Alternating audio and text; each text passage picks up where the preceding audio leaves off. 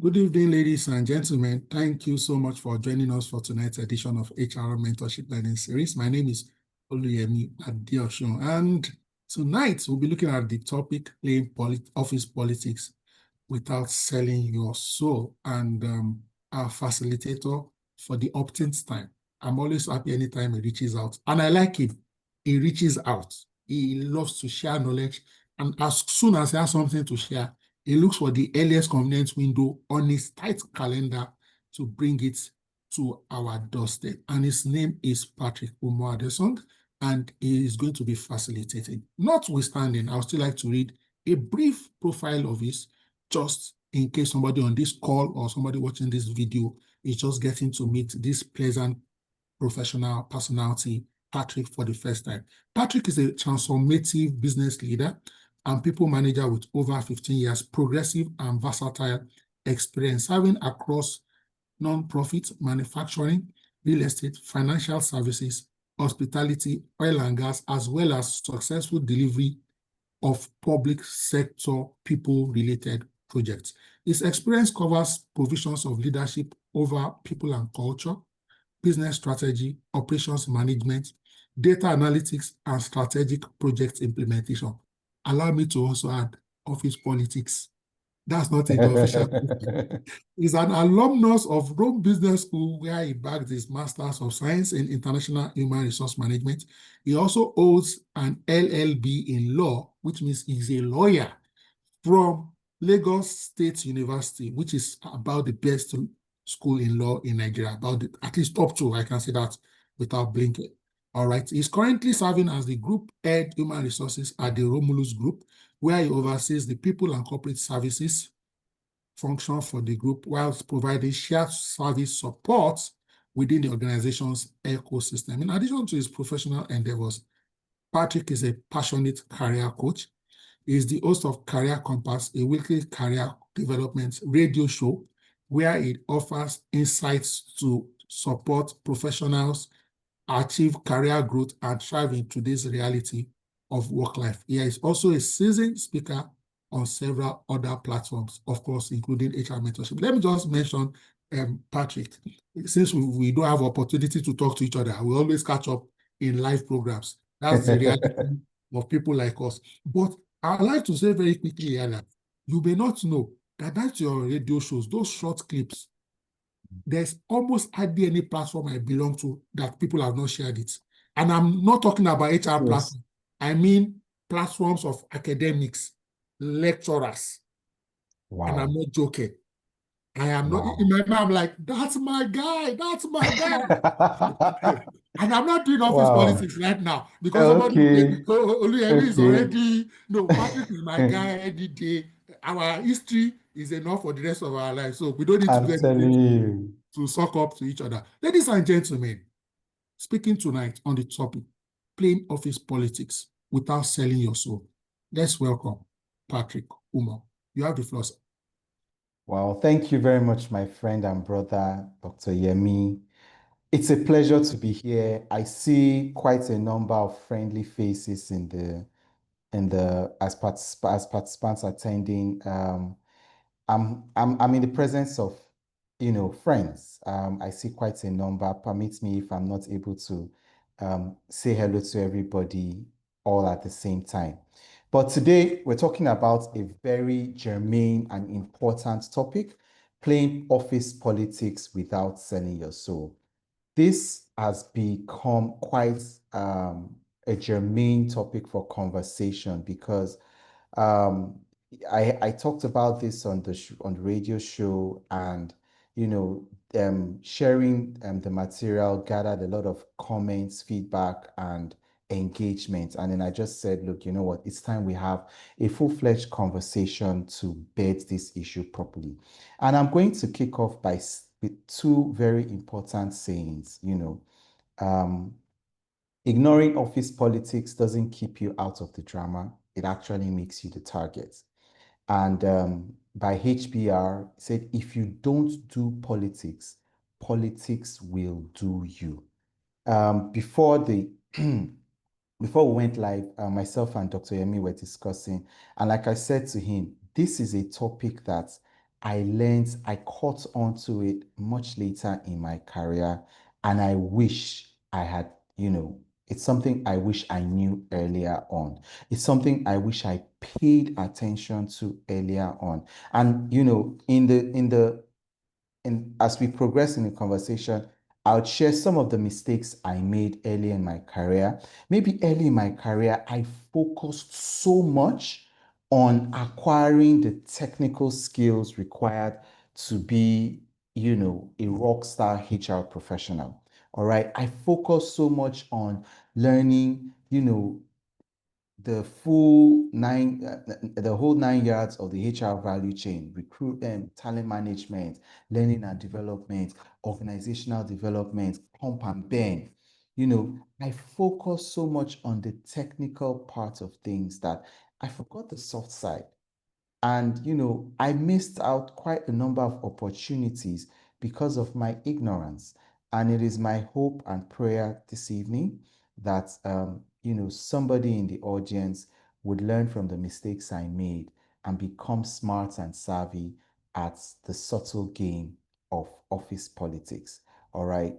And of course, not just in learning the games, the rules of the game of playing office politics, but would be able to play the game without selling your soul. Over the short span of my career, which is still ongoing, by the way, I have seen many players in the game. I've seen people come into the game ignorant like I was. I've seen people, come in very savvy, but they pay the ultimate price as well because, how will I put it? They take the game too far. They play the game without abiding by rules of engagement. All right. Even if two, even when two countries are engaging in hostilities, there are international rules of engagement, even in conflicts. All right. So even while we're playing the game of office politics, there are lines we shouldn't cross. There are red lines that we should never cross. We should play the game. We should learn, first of all, learn to play the game. All right. And it would be a win if not only are we aware of how to play the game, but we all are aware that we can play the game within ethical boundaries, within ethical lines that we do not cross, so that we maintain our souls intact and we don't get lost in the game. Because I've also seen people, make sacrifices they shouldn't make all in the name of playing office politics. All right. So today we'll cover what is office politics itself. All right. What are the key dynamics that influence how office politics influence workplace decisions? Okay. Obviously, we will learn how to navigate political environments with authenticity and professionalism. All right. I will share practical strategies so that we can build influence, manage conflict, and stay informed, all while maintaining a very strong ethical compass. You'll notice that I keep on emphasizing our moral compass or our ethical compass in the in the wake of playing office politics. Please let us always be aware of what our ethical and moral compass are, what those lines that we would never cross are. All right. So let's dive into it. Many people have given a negative connotation to the word office politics. Okay. And it's not by no fault of theirs, because many people that end up playing the game of office politics end up playing the game dirty. It's punctuated by lots of gossip, favoritism, backstabbing, manipulation. So many people think that this is actually what office politics is all about. But I'll start this by saying this. In reality, first of all, not just in the office, wherever you find yourself, be it family, country, workplace, even religious organization or religious or social organization, politics is everywhere.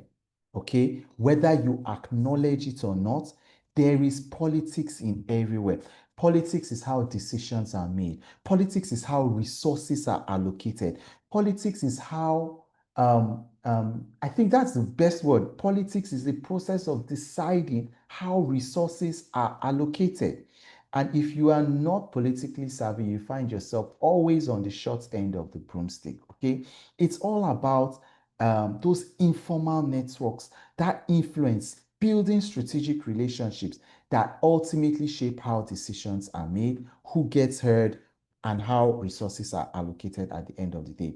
So rather than viewing politics as a game for the manipulative people, we should reframe office politics as a necessary career skill, all right? One that, when practiced ethically, would help you build trust, foster collaboration, advance your goals without compromising your integrity. All right. So, office politics, like I said earlier on, in every organization, there are so you have your formal organization, right? And then behind the scene, every organization has an informal organization. You know, there's this saying when we were young, when I used to attend fellowship, when I was young. After fellowship, there's what we call fellowship after fellowship. All right. There's that fellowship after fellowship. There's the workplace behind the workplace. All right. The workplace is made up of people, human beings, those relationships, those alliances, those, those, those alliances that are forged and how they now impact the workplace. That is politics, okay? So for those who are savvy about it, it would encompass the strategies people use to position themselves, all right, to navigate the official organizational structures to achieve their personal and professional goals, all right? Somebody is asking, what fellowship did I attend? FECA. Did I attend FECA? I visited FECA, but I wasn't really a core member of FECA. But yes, maybe what I said, fellowship after fellowship, resonates with somebody that attended FECA. All right, so I would state this: office politics is inevitable. All right. I dare say, even in heaven, amongst the angels, there's politics going on. All right. So it exists in every organization. I mean, whether big, whether small, whether PLC, limited liability, Emeka and Sons Limited, whatever kind, whether not for profit, public, private, there is politics there. All right. But I will say this: it's not about manipulation or favoritism. It's about the relationship currency and what you call influence capital. Okay. So why does office politics matter? Like I said, I didn't get this early in my career. Early in my career, I thought, oh, just learn your job, do your job. Dr. Yemi introduced me. I read law in school. In law, there's something we call res ipsa loquitur. That means don't worry, do a good job. The facts will speak for itself. Your good job, your good work will speak for you. Don't worry, just focus on doing a good job. I was not guided right. Okay? It's not just a workplace nuisance that we have to end. It is a fundamental part of how every organization functions. Whether you are aware of it or not, office politics influences decisions, it affects relationship, and it determines the opportunities that will be availed to you. All right? So understanding and engaging it strategically will be the difference between your stagnation and your growth. And this is why we should. One, for career advancement, I'm going to state this. People think it's, just do a good job, score well in your appraisal, and you will get promoted. I kid you not true. Okay, and I'm going to be very practical. I've done performance management in several organizations. So your line manager appraises you and puts you up for promotion. That promotion has to go to the promotion committee. Okay? your decision I love what Princess Moba says. She said, even within families, there's politics. God bless you for that statement, ma'am. Even in families, people related by blood, there is politics. Back to the example I gave, I have seen situations where line managers recommended their direct reports for promotion. But guess what? Because that person who was recommended for promotion was not visible to the members of the promotion committee, guess what? Those promotions were stepped down. So let's say 20 people have been put up for promotion, and the promotion committee says, you know what? It may not be, if there's no promotion, there's what you call the EXCO or whatever committee is responsible for approving promotion. And then EXCO says we can only promote 15. Who would people promote? 20 people met the criteria for promotion, 20 people were put up for promotion, only 15 can be promoted. What will happen? So I'll tell you this, people do not support who is right, people support who they like. I repeat, people don't support who is right, they support whom they like. So I'll give a personal example. There was a time in my career, my line manager put me up for promotion, gave me stellar recommendations. Guess what? My line manager supervisor, right? Okay, my supervising line manager specifically said, Patrick, if you are so much of a rock star, how come you are not visible to me? I was hurt by that statement. So I was like, I don't report to you. The person I report to has spoken for my work, has put me up for promotion, but yet my supervising line manager said to me, Patrick, you are not visible. I'm so sorry. If you were that good, you should have been visible to me. Unfortunately for me, then, I was visible only to my line manager. Only my line manager saw my work. Only my line manager could attest to the quality of my work.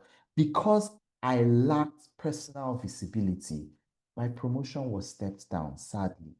That year, I didn't get the promotion. Of course, I got another blessing, in another way, but it was a bitter pill for me to swallow. All right. So if you want to advance in your career, you need to be visible. You need relationships. You need people. And myself and Dr. Yemi were speaking. He said, what's the difference between a godfather and a sponsor? You need a sponsor, a powerful enough sponsor who can speak for you in rooms where your voice cannot be heard. This is achieved through some level of politicking, all right? Strategic relationship building, positioning yourself. It plays a critical role in how you're perceived and rewarded. Those who understand the political landscape will align themselves with the key stakeholders, will align themselves with the people who can speak in those rooms where you are not privy to. Okay? And they will be elevated. Look, I'll tell you this, hard work is essential. Very, very essential. I'm not underplaying it. But hard work alone is not enough. You need to be seen, you need to be heard, you need to be connected for your career to move forward. I repeat, if you are relying on only your hard work alone, you will be frustrated. I'm very passionate, and because this was a personal lesson I learned. It is not enough. You must be seen, you must be heard, and you must be connected. All right?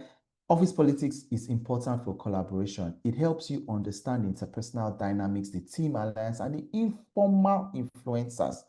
All right? This awareness will help you navigate group interactions more smoothly, resolve conflicts, and build the right coalition. All right? I remember one time in the office, there was somebody who was a very powerful influencer in the organization, and, we crossed paths. Look, we had to meet outside the office. I remember I bought a bottle of Glenfiddich 17 years for this person, just so that there will be peace, because this person was a powerful voice. I understood that this person, even though by rank and file, if I may put it that way, I was in a more senior position than that person. By grade level, I was more senior, head of HR. This person was not on my grade level, but this person was much more influential than I was. This person had the ears of certain decision makers in the organization. I had to sue for peace. I extended an olive branch. It was part of the politics. And to make sure that we were fully settled, we met outside the office, met somewhere. Once the person accepted my bottle of whiskey, we were good. We were good. End of hostilities. I found out that my initiatives were no longer shut down before they could reach cruise altitude. Okay? My initiatives and proposals were no longer shot out of the sky. All right. There was much better collaboration. You achieve your goals better, whether you are driving a project, pitching an idea, leading a change, it often is hinged on your ability to influence others. All right. This is where before you make your proposal, you have already shared your idea with the key decision makers. All right. So I give a practical example. There's this committee meeting that I present to sometimes on a quarterly basis. Before my committee meeting, I know all my committee members, all right? Is a committee of the board. I am already making sure I am familiar with them. In fact, there was one particular committee meeting where I was summoned into the meeting impromptu. But it so happened that the chairman of that committee is somebody who was an ally to me. I had built emotional and social capital with this person. So even though I was summoned into that meeting without any form of preparation to answer a query that was raised and concerned HR, next thing the company secretary just dialed me into the meeting and said my attention is needed urgently. Of course, I answered the questions and the queries of the committee members, but the chairperson of that committee could, hello? All right. The chairperson of that committee could have investigated deeper if he chose to, or could have laid the matter to rest. And the person chose to immediately lay the matter to rest, and called me up after the meeting for an in-depth explanation, which I gave. That was as a result of a relationship that I had nurtured with that person. All right. So if you think, oh yeah, you can coast by without playing this game of office politics, you're going to get your fingers burnt. Of course, there's a personal reputation and resilience. Okay. Engaging ethically in office politics builds your reputation as a thoughtful, strategic, and trustworthy professional. Do you know that I'm going to give this example? There were two scenarios in a company, right? Where two people committed the same infraction, all right? Same infraction committed by two people.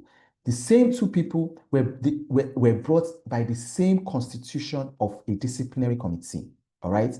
One of them left the disciplinary committee with a slap on the wrist, a warning. Other person left the disciplinary committee hearing with a suspension without pay. One was more politically savvy and the other was much less politically savvy. In fact, one of them nearly lost their job because there was no voice to speak for them. I'm telling you that office politics goes as so far depth, is so deep that you could literally get away, not that I support it, but you could get away with daylight robbery. All right? Your hands caught in the cookie jar, but because you are politically savvy, you can actually find out that the rules apply to, they say there's equality before the law, but not everybody is equal in the eyes of the law. Okay, I have seen this play out. Not that I think it's good, but I'm just telling you that that is the reality. Okay, so there are four major elements of office politics. One, influence, right? Influence is the ability to shape decisions, perceptions, and outcomes often without formal authority. You know, as HR professionals, we are very familiar with bullying, harassment. But do you know that there are cases of what we call reverse bullying? Okay, reverse bullying is a situation where you have a subordinate that is more powerful or more influential than the line manager. And you find out that that subordinate is using their influence to bully and harass the line manager, and there is little the line manager can do. Why? Because that subordinate is even more influential than the line manager. I kid you not, I've seen cases where cleaners, I'm talking of a cleaner, office cleaner, has been so powerful that nobody could sack that cleaner. Cleaner could get away with many unthinkable things. But because that cleaner understood politics, right? The cleaner was not the brightest tool in the shed, right? But this cleaner was not even the most hardworking tool. But this cleaner was visible to every member of senior management. This cleaner made sure they were the ones that personally had the keys to most of the senior managers' office. They trusted them, trusted him. He would clean their office personally, buy toiletries for them personally. Sometimes even goes as far as helping them clean their homes. And what do you, HR, you say you want to sack the cleaner because the cleaner came late on XYZ day. Sack the cleaner now and see how many senior managers will summon you to their office asking why. All right. Okay, somebody says corporate armed robbery. Thank you for that. You see, this cleaner, yes, this cleaner could get away with corporate armed robbery. Thanks for that. And you can do very little against that person. I'm serious. That is how powerful influence can be. All right. Now, influence could be based on your personal charisma, your expertise, your access to information. See, this access to information, very key. There are some drivers that are more powerful than managers in a company because those drivers have access to certain information that nobody has access to. All right. Okay, I don't get what Stella means by loyalty destruction. Maybe you could explain more. All right. So, influence is used by how you advocate for ideas. I'll tell you how powerful influence is. Okay. There are drivers that have advocated for certain people to be promoted because they drive the CEO to work, drive him back from work every day. You know, they have his ear. And in certain moments where the CEO runs certain things by them, guess what? Whatever they say would carry weight. Okay. So influence is not about control, by the way, it's about persuasion and presence. Another very important aspect of office politics is relationships. Look, relationships are the very foundation of office politics. Okay. Okay, destructive loyalty. Okay, I get you now, Stella. They determine who trusts you, they determine who supports you, and who includes you in key conversations. Okay, office politics is all about forging relationships. Okay, man is a social animal. Man was built not to be isolated. In fact, in prison, one of the worst punishments they can give a prisoner is something called solitary confinement, where they confine you to yourself.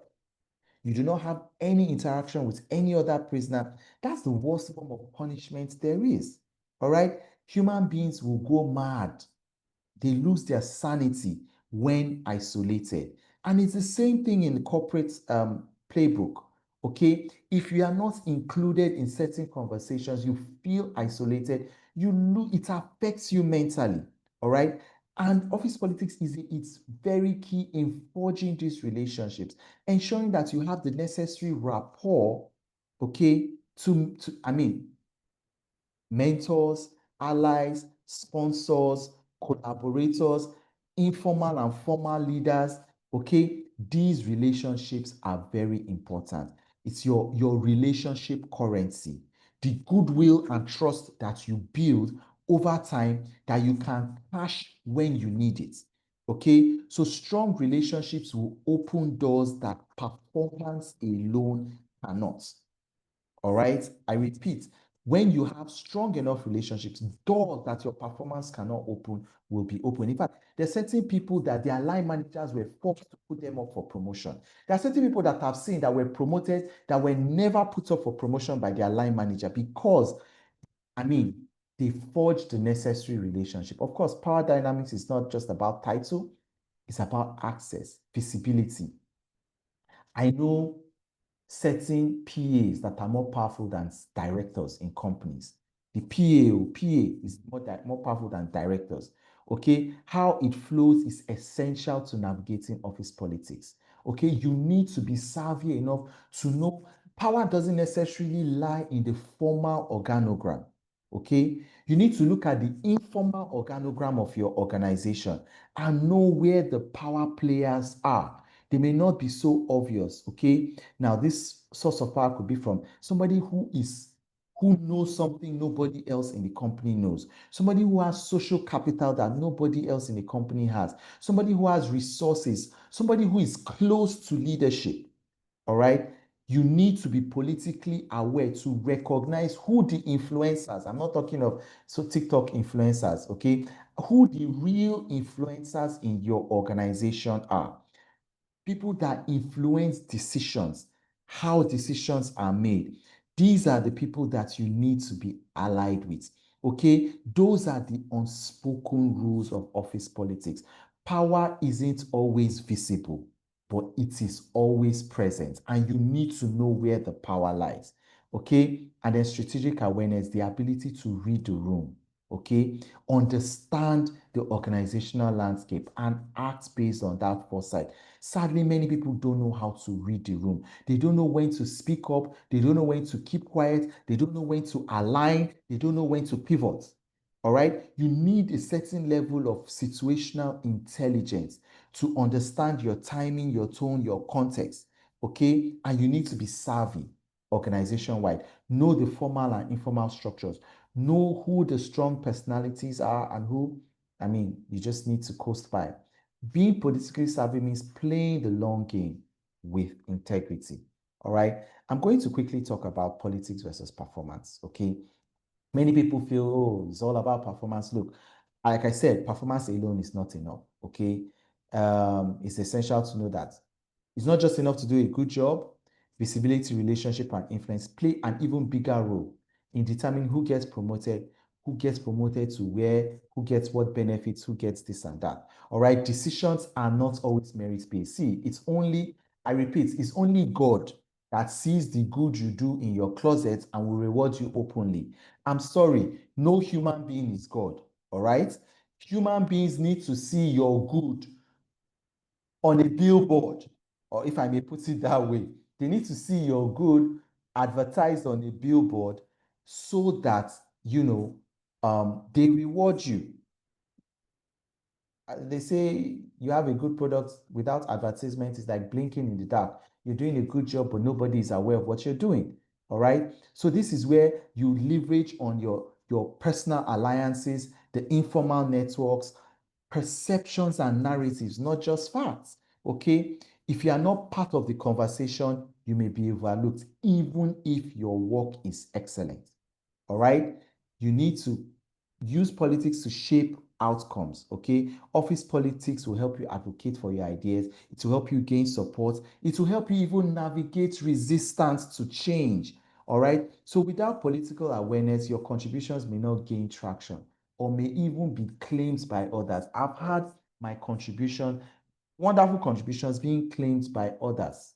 People literally plagiarized my idea. In fact, there was a day I developed a policy, a HR policy, right? And guess what? Somebody in another department presented my policy during a town hall meeting. And guess what? That person took the accolades for a policy that I prepared, I designed. And when there were challenges with the policy, and people went back to meet the person to address the challenge, guess what? The applause was already over. The person quickly directed them to HR and said, why don't you meet HR to help you resolve these challenges that you are experiencing with the policy? But guess what?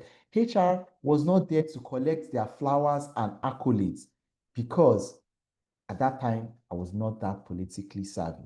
Had I known what I know now, then it wouldn't have played out that way. Definitely not. Okay. So I'll just wrap up this slide with saying this: avoiding politics can be very risky. Choosing to opt out of office politics doesn't make you neutral. Some people say, I just want to be neutral. I'm not for anybody and I'm for everybody. Look, it doesn't make you neutral. It makes you invisible or vulnerable to the agendas of other people. So office politics is not a game we can sit out. Okay, Stella is asking, what would I have done just for learning purposes? Look, you develop a policy, you submit the policy yourself, you present the policy yourself.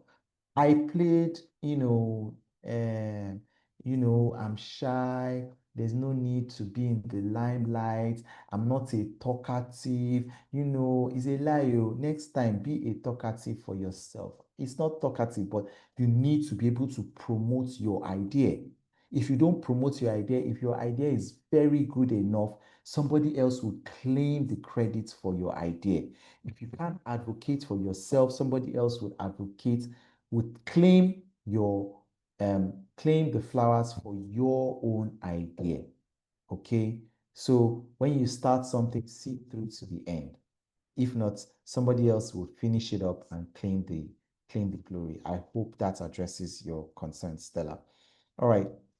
So I've been very particular about something in this game of office politics, which is, yes, as much as I'm hammering on the fact that it's not a game we can sit out, yeah, but I am very particular that we should play office politics ethically. All right.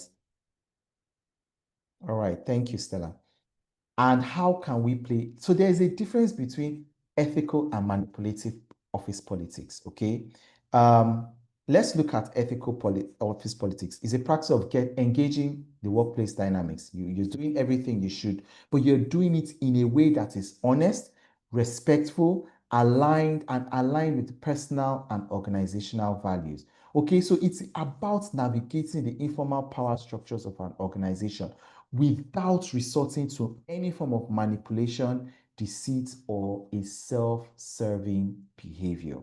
Okay, there are so many examples. Some I'm even afraid to mention here on it. But in the way of playing office politics, many people have gotten their fingers burnt because they played without, maintaining ethical boundaries. Okay, it's about being transparent. You communicate, you make your intentions and motivations clear. There are no hidden agendas or misleading tactics. Respect, okay, valuing the perspectives and contributions of others, treating your colleagues with dignity, regardless of your rank or their role. Okay, fairness, promoting equity, ensuring that credit is shared appropriately. There was a time, there was an event, okay, our end of year.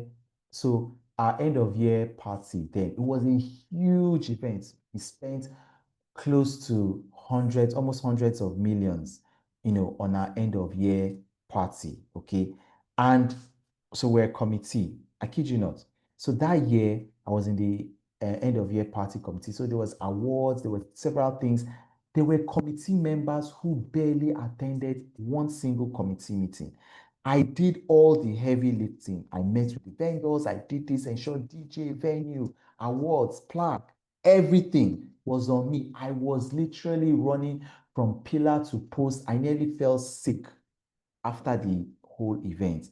But guess what? When the divisional head, at the end of the party, I was running, I was busy fighting with caterers, making sure everybody has food, making sure everything was done well, everything was right.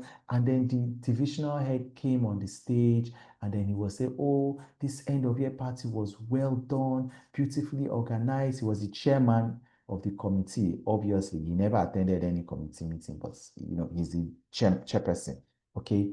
and he was appreciating his wonderful committee. He said, "Oh, committee members, please come on stage. That's all. I want to appreciate all of you." Guess what? All those people that did not attend a single committee meeting, they were the first. They were the first to run to the stage and take a bow. Me, that I did all the heavy lifting. I could not even climb the stage because I was still the caterers literally had their hands around my neck, their money, their this, their that. And I was looking at everybody else taking a bow, receiving the accolades and applause. And there I was behind the scenes, making sure everything happened, making sure the magic happened. So I was not visible. Somebody else got the flowers, okay? And I hope that doesn't happen to anybody else, okay? Office politics is about building genuine relationships, collaborating effectively, providing constructive feedback, okay? Staying true to your values. Now, let's compare ethical and manipulative office politics. All right. Okay, great. Daniel, I see your comment. We'll probably hold that. Maybe when we're done, we can now. That's a very important question. And I think we can address um, address that question after the presentation. Stella, what would I have done differently in this scenario? In this scenario, I would ensure, right, that I am visible. I would not pick up anybody's, to be honest, I won't pick up anybody's work for them. I would have done my own job as a member of the committee and allow other people to do their job. Sometimes our effectiveness and efficiency makes other people relaxed, okay? And, when you end up doing more than you can, taking on more than you can, you break down, and then those who are, so the thing about success is this, right? Success should be effortless in order for it to be praised. When people see you suffering and grunting to achieve a goal, they rarely give you the accolade because success, in order for it to be appreciated, needs to look magical. Okay, so I'll give you this piece of advice, Stella. Don't let people see you putting in the time. Okay, let them see the results. Make the results seem magical. Okay, but let them not see you burning the midnight oil. If they see you burning the midnight oil in the exam hall, you didn't do something right. Okay, for your results to be appreciated, they must always seem magical. I don't know if I'm able to explain it fully under this short time, but I hope that helps, Stella. All right, so these are the major things that differentiate between ethical and manipulative politics. All right. Okay. All right. Thank you, Stella. What if they are drawing you back? Okay. Hold that question. Eme, we'll treat it once we are done with the presentation. It's a long conversation that will take me in a different direction. All right. So ethical and manipulative politics, there are certain things that differentiate it. So one, the intention of ethical politics is to achieve a positive outcome, not just for yourself, for your team and your organization. Manipulative office politics, you're using that to gain an advantage, sometimes often at the expense of others. Okay. Now, in terms of methods, right?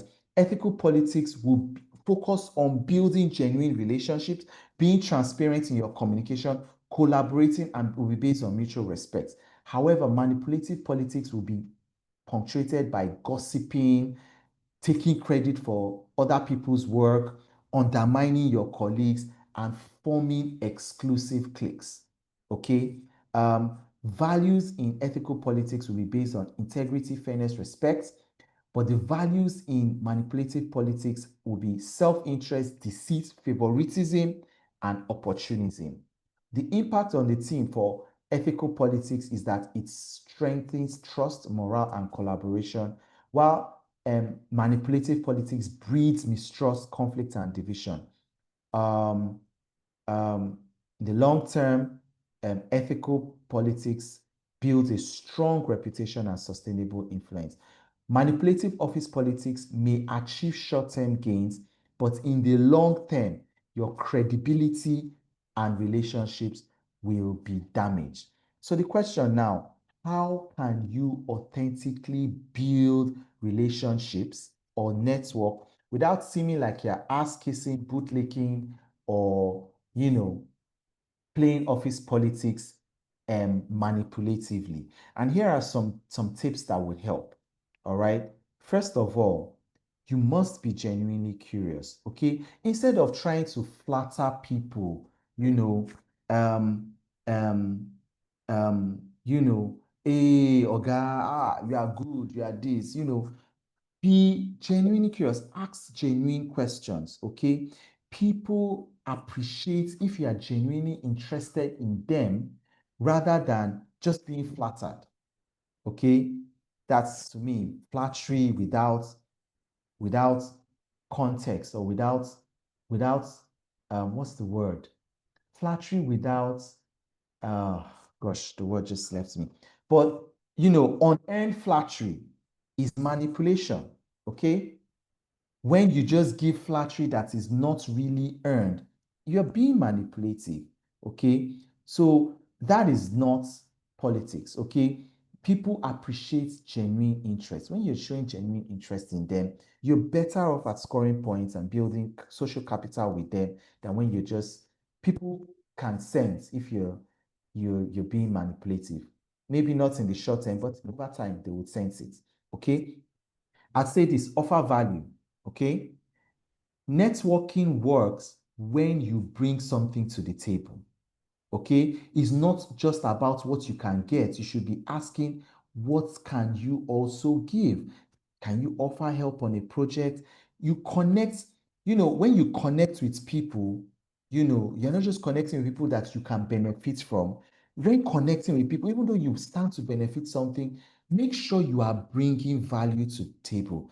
Be a resource, okay? And build credibility by being a resource to that person, okay?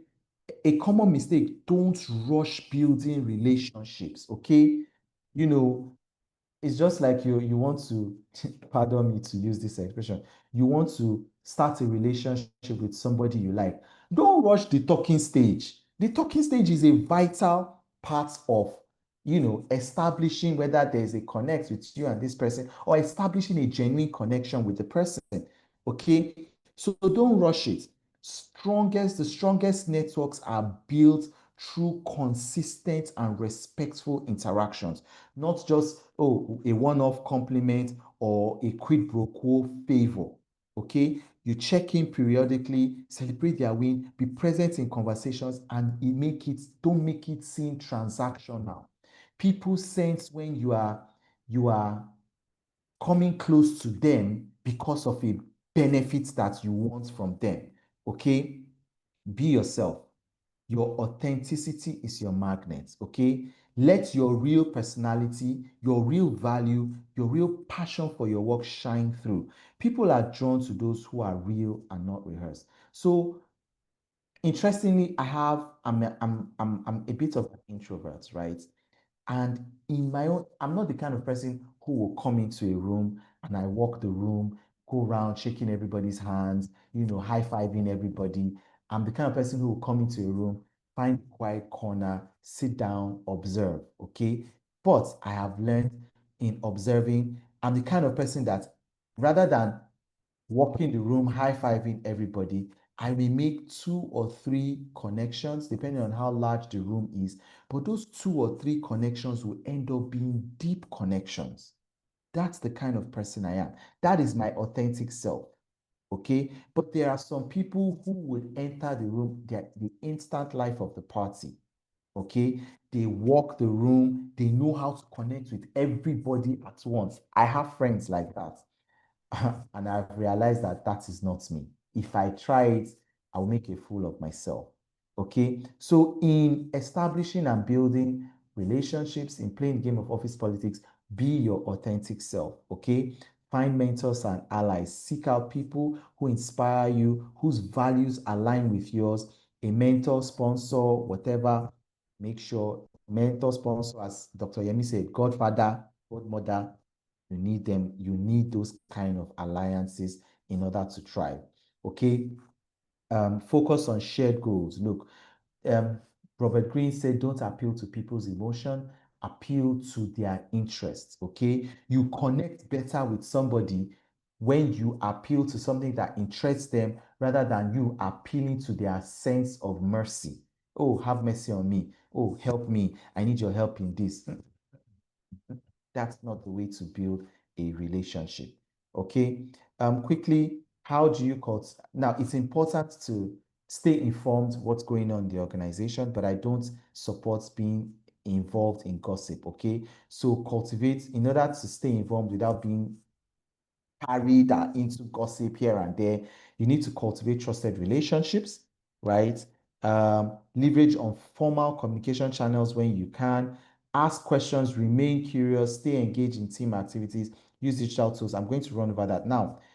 Office politics is a delicate game. Sometimes you have people who will try to undermine you, okay? You have people who will try to do you dirty, as it's commonly called, right? When people try to do you dirty in this game of politics, I'd say this because it will happen. Okay, you are playing the game ethically, somebody is playing the game manipulatively and is trying to do you dirty. What do you do in such situation? One, document everything. Okay, communicate, challenge the person if you need to. Somebody is taking credit for your job. Somebody asked that, I think it was Stella that asked that question. Somebody, that event, in fact, the person who climbed the stage and was taking a bow that did not lift a finger, afterwards I challenged him. I said, guy, what you did was wrong. You never attended any of our committee meetings.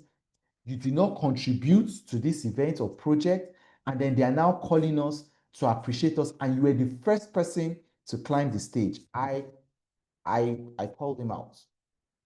Okay. Address it directly if appropriate. Okay. Escalate it professionally if you have to. Make sure you are visible. Provide regular updates, team contributions, collaborative wins, share progress reports in team meetings. Okay, build allies and advocates. Now, how do you go about? I've been talking about visibility. Okay, how do you become and remain visible without bragging? Okay, or without being obnoxious. Okay, let your work speak, but give it a voice. Do not assume people would notice your contributions automatically. Okay, you have to share your accomplishments. Okay, in meetings, share these accomplishments, put it in a report, share the report. This frames your success around your impact and not your ego. Okay, use data if you can. Replace vague statements like, oh, I worked hard, I do a lot, I'm the first in the office, last out. No, measurable impact. Okay, the campaign I led generated 15% increase in engagement. Numbers tell a story. They do it without sounding like you are bragging. Okay, communicate your progress regularly. I've said it. This will keep your work visible and positions you as proactive and organized. All right. Share the credits. There's no I in team. Okay. Acknowledge the contribution of others. Okay. I couldn't have done this without my able committee members. I couldn't have done this without the support of my team and departmental members. Okay. Find advocates, build relationships. Like I said, mentors, managers, and godfathers, sponsors, godmothers, whatever you need to do to build relationship, make sure you do it. All right. Because sometimes the best recognition comes from others that are amplifying your voice.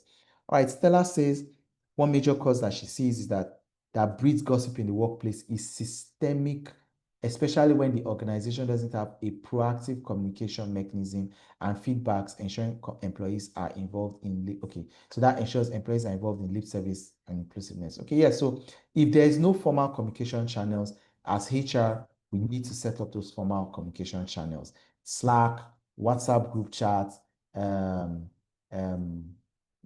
different WhatsApp. Just there should be formal channels where information is disseminated so that rumor mill and gossip and cho will be reduced. All right. So cho will abound where there are no formal communication channels. So Stella, definitely that needs to be put in place. All right, be a team players, help others shine, offer support, share knowledge, celebrate their wins as well. When you lift up others, they are happy to reciprocate the favor. Speak up in meetings, okay? Share your ideas. Don't sit in meeting like an office furniture, okay? When you need to, speak up, share your ideas. This will build your visibility and position you as engaged and thoughtful. All right, so I want to wrap up with certain myths about office politics, or certain myths that have come to be associated with what people think office politics is. All right.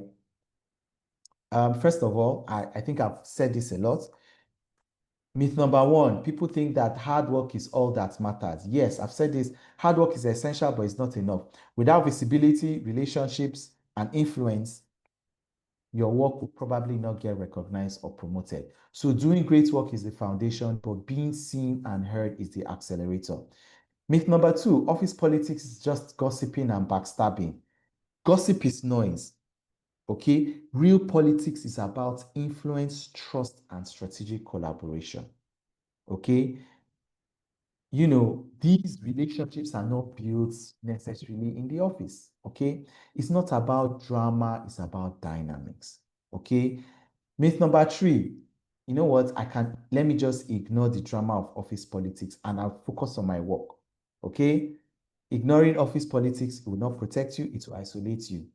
You risk being left out of key decisions and conversations. Silence isn't safety. Your silence is your invisibility. All right? You don't have to be loud or extroverted to succeed at office politics. Okay? Let me borrow me this. Your voice doesn't have to be loud like Dr. Yemi's voice. Okay? Your voice can be gentle and calm like Patrick's own. As an introvert, you can thrive in office politics. There's something called the power of quiet influence, okay? Thoughtful communication. Listening is also a powerful tool, okay? You don't need to be loud, you need to be very intentional, all right? Playing politics often means being dishonest or manipulative. Not true.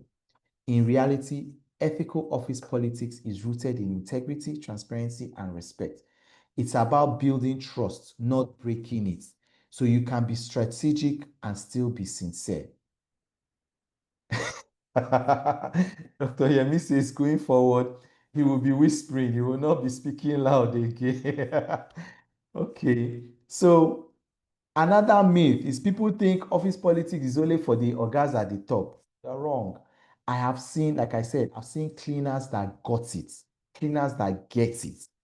They play this game and, oh gosh. I've seen somebody who joined an organization as a cleaner, right? And as at when I left that organization, that person was an associate. Meanwhile, this person has not even finished university yet. But this person was promoted to associate. This person was a cleaner, from cleaner to kitchen hand, worked in the kitchen. From kitchen hand, this person, boom, was promoted to associate, moved to a proper professional department. This person played politics and played it well. This person was visible. I'm telling you, just by being in the kitchen, this person made sure that all the senior managers, their coffee, their whatever, she was the one serving them. She was the one visible to them. She had their ear. She had the person that prepares your tea, your coffee every morning. You have to make that person happy. They made that person happy. I kid you not. So this person got the game, played the game, and got the reward for the game. As an undergraduate, this person was earning salaries that some graduates were not even earning at that point in time. All right, somebody said, Galaxy A12 says, I just heard my story here and learned how to handle, as well as understanding office politics is a tool in decision making in the workplace. All right, thank you, Galaxy A12. Okay, user just said she was positioned rightly. Yes, she was positioned very. You know what I said? Office politics is about visibility. Okay, you need to be visible. You cannot be invisible. You can't afford to be invisible. I love Jacob says You don't want to joke with someone who has access to your food. Of course not. Look, that job could have been delegated to anybody else. She did not delegate it though. She said this one, she will do it. She did it herself, made sure she did it, and she reaped the fruits of her labor. Okay? If I do a good job, people will automatically notice. You couldn't be so further from the truth.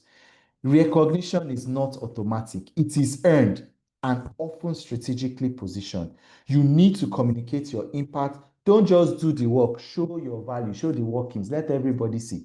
All right? Being politically savvy means compromising your values. Not true.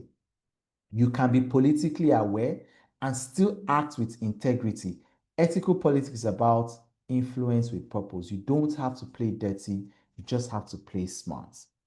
And on that note, I will just wrap up. I started with some quotes. I think I'll end with some quotes, okay? You don't need to gossip to stay informed. You just need to be intentional, connected, and curious, okay? Prioritize direct, high-quality sources of information.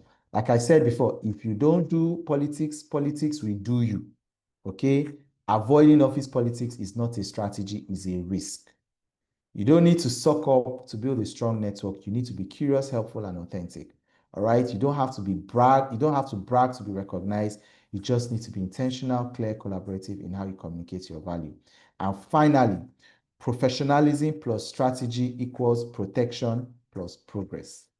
You don't need to retaliate. You need to be smart, visible, and supported. Ethical office politics is your toolkit for navigating these challenges with grace and strength. On this note, I would like to say thank you for your time.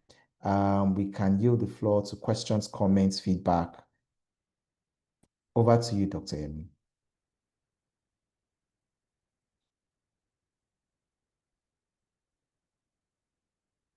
Dr. Yemi, are you there? All right. Okay, there are questions. All right. Okay, good. Etini, you said you have questions. Mr. Etini Akpabio, do you want to unmute to ask a question, or do you want to type your question?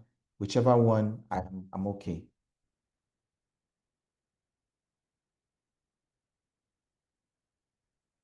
All right, thank you, Ekimini. All right, Etini, go ahead. Go ahead. Okay, good evening. So thank you very much for this very wonderful time, giving us insight into what office politics are and what they are not. So what I just want an advice on two things. My former organization, I was exposed to employee relations activities. I handle employee engagements. And because of that, I had this open door policy where employees could access me, communicate, and then confide in me on certain things. So I was that close, to employees, having related with them across board. So I had issues that management saw that my closeness to employees as exposure to HR department. And, for that reason, so many things or opportunities I had, promotion opportunities I had didn't come through. So I didn't really quite like it. So, and I made up my mind, if I happen to leave that organization to a new place, I was going to change my style. So, and that's exactly what happened when I joined my current organization. I had to, be very, very conscious and introverted, so to speak. Just this week, the DMD, Deputy Managing Director, is very impressed with what I do. But he now came and said, if I don't get to understand what is happening in the organization, that I will not have the opportunity to grow, which is contrary to what happened in my previous place of work. So my question here is that which is the best, based on what you have discussed with us this evening. That's one. Number two, also I've been able to relate with some few key personnel, employees in my current employment. I had issues with the finance manager, which I was very, very close with. We do so many things together. I want your advice. Just 2 weeks ago. Yeah, I'm rounding up now. I want to nail it. So there was a ITF case that we handle, both of us, and we had closed out the ITF. But at the end of it, he excluded me out of that conversation, close out conversation with the ITF team. What I saw was just sharing that he shared the ITF compliance certificate with me. So I went to ask, after I saw the receipt, that the period that was under review was not captured in the ITF receipt. Now requested for him to give me the receipt from the ITF. He said that was not my call. It was not HR, a call to keep the ITF receipt. That what he could only provide for the HR department, which I was a representative, was the compliance certificate. So, but I was not very happy because I felt I was betrayed by him, and that the relationship we had is strained currently. So I just felt I should bear my mind and get advice from you, since we are discussing all this politics today. Thank you. Okay, so let me address the first one. So you need to do both. Okay, that's to answer your first question, what you should do. So there are two things: there's the job and there's the people. All right. So it seems like you were making the same mistake I used to make, which was I used to focus on just the job, and I did not pay attention to people, building relationship, building emotional and social capital with people, connecting with people. And it's very important. Let me tell you this. There's a company I worked in, right? And HR had in fact, the internal audits, right? Somebody in internal audit were very close in HR. So in fact, we're so close, had a wonderful rapport, all right? And the comp and ben team made a mistake, all right? A very fatal mistake. They paid an employee their salary twice, okay? And when the employee noticed that they got their salary alert twice, so that employee got ×2 of their normal salary, all right? The employee called HR and said, HR, I think there's a mistake in my salary, right? HR, we all looked at it from our end. We said, no, there's no mistake. Your salary is correct. Is this, is that. We didn't notice that there was a double entry on that employee's salary, right? The employee said, I think there's a mistake in the salary you paid me. And we insisted that there was no error. And we even sent an email to that effect that please kindly go ahead. There's no error in your salary, blah, blah, blah. Okay. The employee has done their own needful. So maybe like 3 days later, after salaries were paid, when internal audits were reviewing the schedule that was used to pay, they noticed the double entry. Now, based on the emotional and social capital we had with internal audit, they should have immediately flagged it. You know what audits did? They put a call through to HR. They said, oh guys, we noticed this error. We're going to give you 48 hours to rectify that error, or else we would have to make it official. Of course, somebody's head is going to roll, in the HR department if audits made it official. Now, audits never miss opportunity to shine. Their job is to catch errors. But because of the social capital we had with internal audits, they didn't use us to shine. They gave us a heads up. What did we do? We went to meet the staff. We begged and begged because the error was clearly from HR's fault. Okay. We begged the staff to refund the money. Eventually, the staff, in fact, it remains small. We nearly knelt down in the staff's office. Please, somebody's job is on the line. Okay. But my point is, if as HR, we focus on just the job and we didn't focus on people, at that point in time, we would have been caught in an embarrassing situation.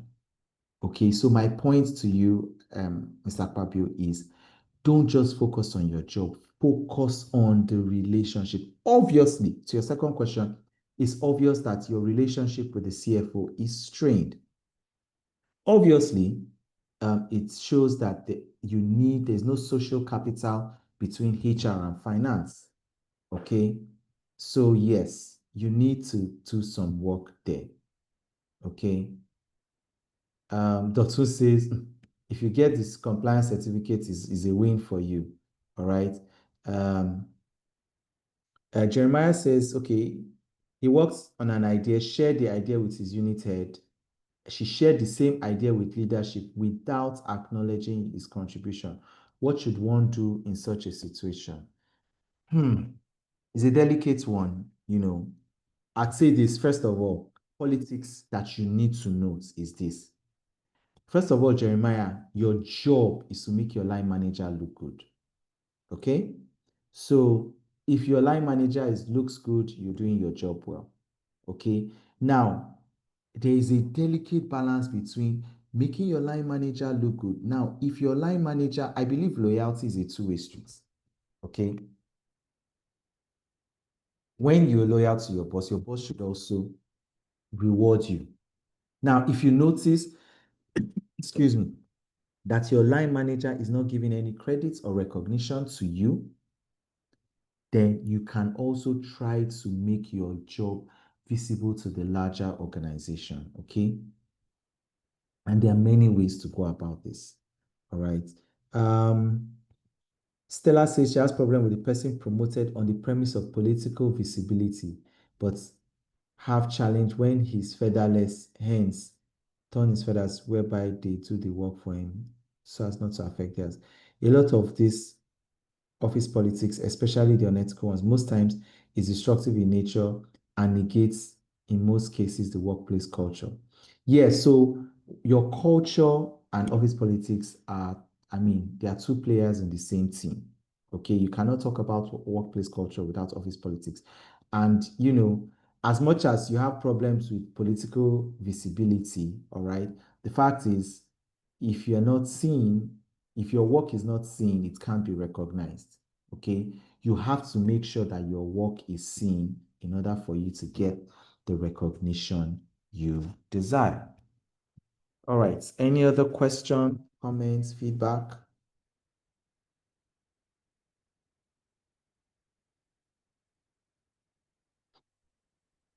If you'd like to unmute yourself, you can raise your hand. Okay, great. In the absence, may I ask? Okay, go ahead. Go ahead. Okay, good evening, sir. Thank you for this opportunity. Just a quick one. So, I've been hearing what you're saying. Thank you about that. My question is this: you have a line manager who felt that you were a threat to him. Despite all the things you mentioned we should have done, I did it. But because I was new to the organization and this person has been there for nine years, according to. Sorry about the noise.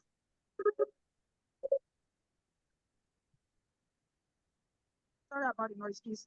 I'm so sorry. I'm on the road. So, and then eventually, this person works with the HR, kept on threatening me, telling me the things they will do to me and making suggestive sexual advances at me, which just to protect myself, I never said no or yes. I just knew I wasn't going to have to do anything sexual with this person. And at the end of the day, the company is going through restructuring that must see that I must be promoted because my own business unit is different from his own. But because he's been there for long, and for no just reason, they try to take my ID card through the back door by asking a security man to take my ID card. And so I said no. I did a mail, and to that effect, they told the security man to allow me to go. And after 2 weeks, they wrote me a letter using a new assistant managing director who was not privy to all the things that have been happening. And so I appealed to the man. I said, please, could you investigate this matter? And then if I was wrong, you could take whatever you wish. And he said, I am new. I don't know whatever it is, but they told me to sack you, and I'm sacking you. And just like that, I was booted out of the door. And so I wanted to move on, no problem. They said I don't have anybody in the organization. They said I'm a nobody.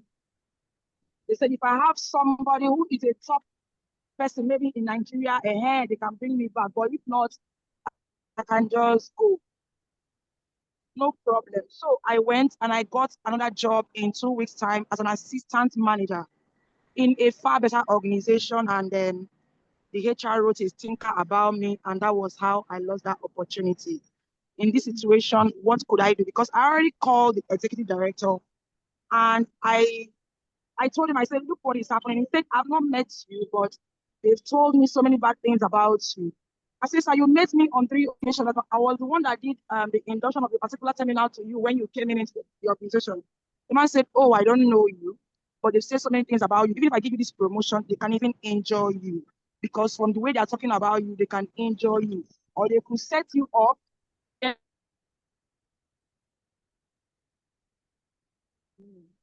So that's just it. Thank you. So sorry about the noise. Please forgive. All right.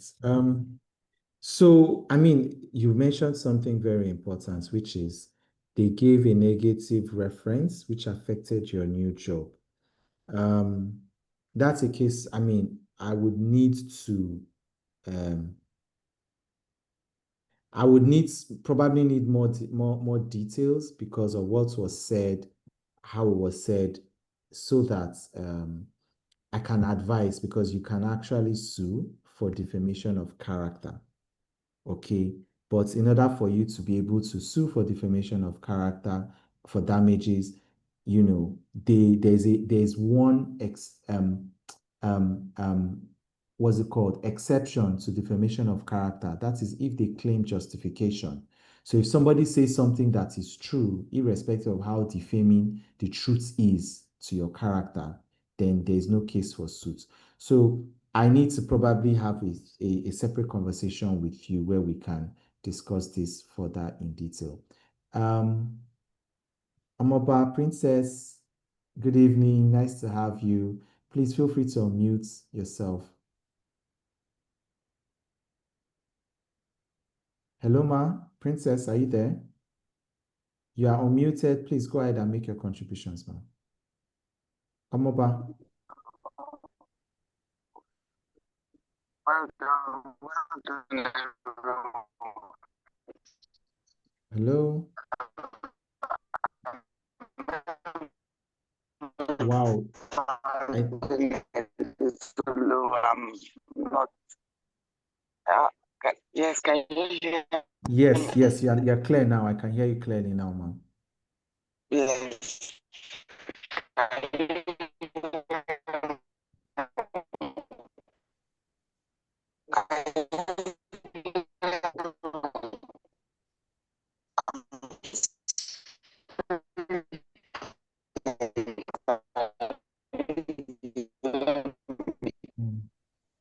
Wow, I'm finding it difficult to hear you, ma.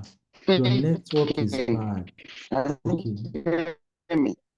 Okay, I can hear you now clearly. Hear me? I don't know what's going on. Okay, you are clear now. You're very I don't know audible what's now. going on. I'm speaking.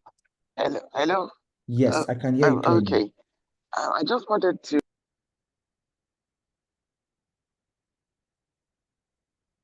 Uh-oh, we've lost her. Wow. Okay, we've lost Princess. Eme, please go ahead. Your hand is raised. Joy is next. All right, thank you so much. Good evening once again. It was a very insightful session. I really learned a lot.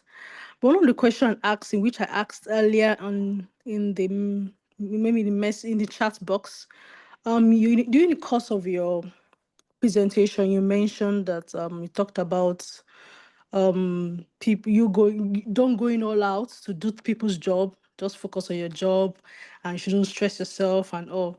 And one of the questions I asked in the chat box was, what if they're actually drawing you back? Because I can imagine you doing all these things. Of course, it's just to make sure that you achieve the whole occasion goes well and all, but at the end of the day, these are people that if you don't do that, everything, of course, people would talk and say, oh, HR did not do well, they didn't do their job well, the committee. It also falls back at you, and also you yourself will also be disappointed. So what do you think? What's the advice will you give in terms of people drawing you back, not allowing you not to achieve your goals or achieve your responsibilities? Or I don't know if you understand I my get you. I question. get you. Okay, So it's thank you. simple. The answer is simple. Hold people to account. Hold people accountable. People should be accountable for what they're supposed to do, right? The better thing to do would have been to escalate. If I knew better, rather than doing their job, I would escalate. I would make sure I call them out. Look, Joy, you have not yet done A, B, C, D. Tomorrow is the deadline. Do you get? Hold people to account. When you hold them to account, trust me, they will either shape in or shape out. But when you do their job for them, they're not learning. And at the end of the day, they will just take the credit for even their work which you did for them. So if I had the benefit of hindsight, rather than doing anybody's job, I'll hold them accountable, hold them to account for their job that they ought to do in the first place. I'm not earning your salary. Why should I do your job? Are you the one that will pay me? If I do your job, will you pay me in addition to my own salary? If not, why should I do your job? It's a different thing if you need help and I'm helping you. That's different.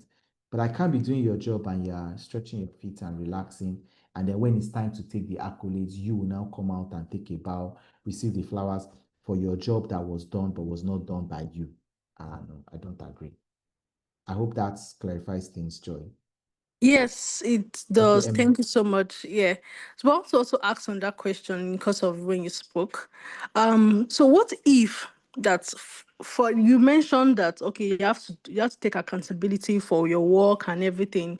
So what if that when maybe their work is affecting your own, so without their own will I say contributions, you cannot you go can't do for yours. yeah, you That's can't why I do say yours. escalate. But See, sir, but look, some Amen. some Hold employees on, they hold on, don't Amen. answer you. Hold on, hold on, hold on. Look, nice. You are not being paid to be nice. You are being paid to deliver results or give excuses. Okay, excuses don't get the job done. If I were you and somebody is delaying my job, I would scream fire on the mountain. Okay. Yes, they say the baby that cries loudest is the one that gets attention. Cry, cry, scream foul. Something is wrong here. Eme is not doing her job. Without Eme, I cannot do mine. Start shouting from now. Look, they will sit up. I'm telling you, I've seen it happen too many times. But when you keep quiet, they get away with what did somebody call corporate robbery? They get away with corporate robbery. All right. All right. Thank you so much. You're welcome. Joy, over to you. Okay, good evening, everyone. Good evening, Mr. Patrick. Thank you for your message. Although I came in a bit late, I just got in from work. Okay, my question or what I have to say is in a situation where where I had a direct I have the direct line to the managing director and then there is someone at the middle, a lady who, I report directly to the managing director, but she wants me to report to her. So on several occasions, she's tried to defend that, oh, she can do my job, she can take my job, I don't know, I kind of sense some kind of jealousy and how will I put it? Like she's having, like we are in competition, and then she feels that I am too more productive, or that I'm going to like outshine her or something like that. And then my boss finds out, he knows about these things, he knows about her attitude, but will say, don't worry, Joy is a strong girl, she can handle her. She can handle it. She can deal with it. People have even mentioned it and say, sir, this rivalry or this discord that is going on between these two people, why don't you talk about it? But he's being quiet about it. And, it's kind of making me not to put in my best. Like, okay, let me leave her to go ahead and do what she needs to do. Let her be doing it, that kind of a thing. So I don't know what advice you probably give to me on how to. I think somebody in the audience has already answered you this, and I agree 100% what Dotun said. A JD, or look at the organogram, okay? So in terms of reporting line, just pull out the organogram. You report to the MD, you don't report to this person. So any instruction to change your reporting line should go through the appropriate channels, okay? When you hide the truth, show them the JD, show them the organogram. Okay, then in terms of clash of responsibilities, you show your JD and clarify your JD with your line manager. Oh, MD, according to my JD, I'm supposed to be doing A, B, C, D, E, F, G. He knows all this, but he's not willing to speak up. He's not willing to say anything. Yeah, and so frustrating. Yeah, sometimes, you know what leaders do? They want, let me borrow the words of our president. He said, sometimes success is it's not given to you on a platter, you fight for it. Okay, so you have your JD, you have your clearly defined job responsibilities. Stand on it. Stand on that business. That's what you have to do. Stand your ground. Stand your ground on your reporting line. Stand your ground on your job responsibilities. You're not being paid to be nice, okay? You're paid to do a job. If this is your job, you do your job. Do your job. Okay, Architect Isaac. Oh, very good question. Who does your performance appraisal? Osato, I could do that. Who appraises you? Joy. It's the boss. But then case dismissed. Case dismissed. Your MD appraises you, then this person is a mute point. She can't make you report to her so long as she doesn't appraise. If she appraises you, then I just say, look, madam, go eat humble pie, ask for forgiveness. So the recent thing she's doing right now is to work with other colleagues to, create a huge clash, like, trying to find every little error or any little fault with what I do. Yeah, so if she's trying to gang, create she's lobbying against you. Exactly. She's trying to use influence against you. I hope you are not focused. You are also not focused on your job and not paying attention to influence. I'll give a practical example that I gave in class. Look, myself and somebody had a clash. Now, this person was very influential. I was also very influential. Okay, so it was going to be a case of two elephants. Thank you. That's what I'm saying. And may play your office politics too. The same people she's lobbying, you lobby too. Guess what? At the end of the day, those people that she's lobbying, those people you are lobbying, they will call both of you one day, sit both of you down and tell both of you to settle. And that was what happened in my own case. This person was powerful, was influential. I made sure I was also powerful, I was influential. Both of us were at loggerheads. Guess what? It's people that called both of us to settle. People call both of us, okay, oh yeah, Patrick, she's a lady, she's not going to beg you. So me, and I said I'm a man, I will not beg her. So what I just did, okay, I bought the bottle of whiskey, told them to put it in front of her.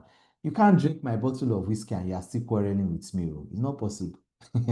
From the moment she collected my bottle of whiskey, we've settled.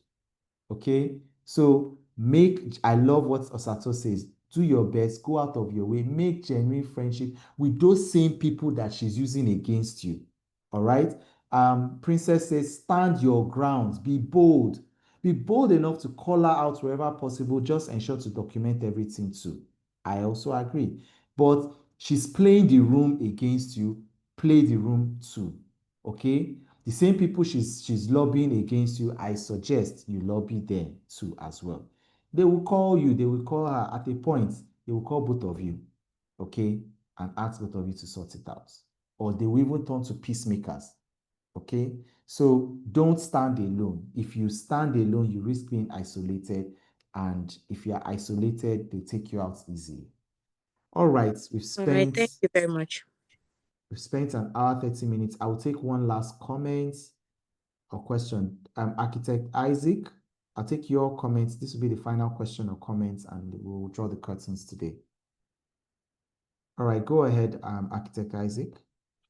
Hello, good evening, everyone. Thank you, speaker. Today's topic has been highly insightful. I'm just going to be adding to what the last person that asked question talked about, because I have similar experience. Eventually, in the middle of the relationship or the drama, I discovered the word narcissism. Every measures that you've mentioned or anybody have mentioned, I did it.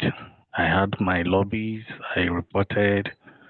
He was actually a very close friend, or let me say a friend, not really close, but we've not worked closely. And he was the one that recommended me to the job. So he was actually close to the boss, that's my upline manager, and he was immediately below me, like an assistant, because maybe he thought he's going to be the project manager. Eventually, he wasn't giving when we went for the interview. So maybe he had this notion that, okay, I'm supposed to be better than this guy. I'm supposed to be taking that role that this guy is playing. Eventually, both of us were sacked. Or let me say we were disengaged. So that's why I didn't agree with all the resolutions or the measures given. Or every measurement document, even the boss saw it. The boss saw those things. One of the best things that was suggested to the management was that they should separate both of us, because they now look at high performance. So if there are two projects, okay, why not let this guy go there and let this guy go to the other one? But it didn't just work. So I don't know, maybe you can still, especially dealing with narcissism. I think I just discovered that, don't let me say I discovered about mid of last year that narcissism issues are totally different. They say it's not the regular side office politics that you meet. This one was so deep. I bought gifts for him. I bought 25 liters of palm oil. I gave him earpiece. I gave him power bank. I bought books on leadership and stuff. Almost immediately he would turn it over. And this is somebody that was the best man in his marriage, in his wedding. So you should know that at least we're a bit close. And he have to tell the wife that, okay, don't have business. I wanted to buy some stuff. And he started spoiling all over, even guys that are not in the company, that are our friends. Words I've spoken like 10 years ago, he now started opening up when I was relying on him as a crying shoulder or leaning on him. And he went off to go and tell the couples. Different people, different story, and he still pretend, he still play the drama as if he's a good guy, issue of fault finding. So I don't know. Maybe you can still buttress on ways out, especially with narcissists. Thank you, sir. Okay, let me tell you something. Okay, if you follow me on social media, you see some of my viewpoints regarding office life and all. I'm going to say this, you blur the lines between your personal and professional lives. Maybe because this person was instrumental in you getting the job. Okay, I see Princess is in the same line with me. Say there's something fundamentally wrong. There's an underlying factor there. Okay, so I agree with what Prince said. I myself and Princess are aligned. So I think maybe because you felt indebted to him for your job, you blurred your lines of professionalism. Okay, something is wrong in this relationship, and that cannot be dealt with here. Maybe we could talk later offline, but I'd say this: when you're at work, no matter what, never fail to be professional. Okay. Professionalism is something that's unnegotiable. No matter how close you and somebody become as friends or whatever, you have to remain professional. Okay. Thank you so much. All right. So okay. So yes, it really goes beyond the office. All right. We've spent well over an hour, 30 minutes. It's been a wonderful conversation. If you want to reach out and connect with me, I'm Patrick UMO on all social media platforms. I'm literally Facebook, Instagram, TikTok, LinkedIn, X. Wow, which other social media handle is there? Snapchat, everywhere. Just look up Patrick UMO, reach out to me, and feel free to connect. Okay. If you go to my Instagram page, you will see all my videos. I talk about office, work, career. So feel free. Yes, feel free to reach out to me. If you send me a connection request on LinkedIn, I will check you. I will check out and accept. I'm on YouTube. My videos are there. Feel free. All my social media handles. My social media handle is Patrick UMO. Patrick UMO. Patrick UMO. Instagram, Facebook, YouTube, LinkedIn. You'd see me there. Thank you all for a wonderful and engaging session, and do enjoy the rest of your day. Bye. Bye. Good night. Thank you, sir. Done a good job. God bless you. Good night. Thank you, Mr. Patrick. Thank Please, you. I couldn't get Thank the you, Mr. Patrick. Thank you, Mr. Patrick. It was very insightful. Thank you. Thank you. Thank you. Mr. Patrick, could you send the slide again? I didn't get it, I've please. shared the slide with Dr. Yemi, so he would be able to share with everyone. Okay. Thank you, sir. You're Thank welcome. you so much.